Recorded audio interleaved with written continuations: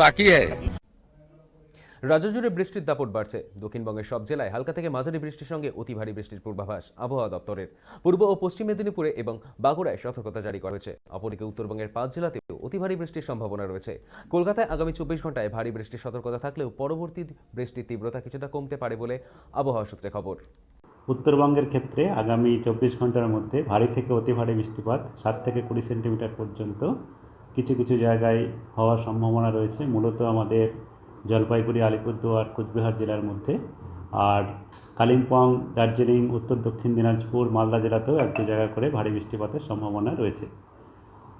আর আমাদের উত্তরবঙ্গে কালকের পরে আপনার 7-8 তারিখেও এক দু জায়গায় হতে পারে। 9 তারিখ থেকে আরও উত্তরবঙ্গে বৃষ্টিপাত আরও কমে যাবে, তখন আর ভারী বৃষ্টিপাতের সতর্কতা তারপরে 3-4 দিন পর্যন্ত নেই। দক্ষিণবঙ্গের ক্ষেত্রে এটা বলা হচ্ছে, সেখানে দক্ষিণবঙ্গে সর্বত্রই হালকা থেকে মাঝারি বৃষ্টিপাত, বজ্রবিদ্যুৎ সহ হবে এবং বজ্রবিদ্যুৎ সহ এক দু জায়গা করে বৃষ্টিপাতের সতর্কতা আজকে আমাদের রয়েছে।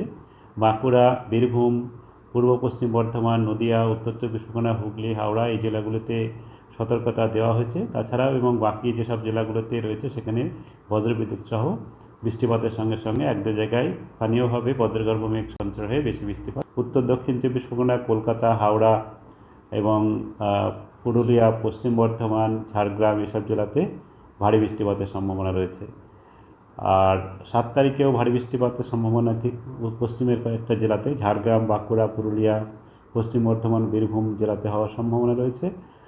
আর তার পরের দিনও বীরভূম, মুর্শিদাবাদে এক জায়গায় হতে পারে। তারপরে বৃষ্টিপাত আমাদের দক্ষিণবঙ্গে কিছুটা কমে যাবে, তবে হালকা থেকে মাঝারি বৃষ্টিপাত অনেক জায়গাতেই হতে থাকবে। সময় নিউজ এখনকার মতো এই পর্যন্তই। দেখতে থাকুন সময় কলকাতা। সময় বলবে সময়ের কথা।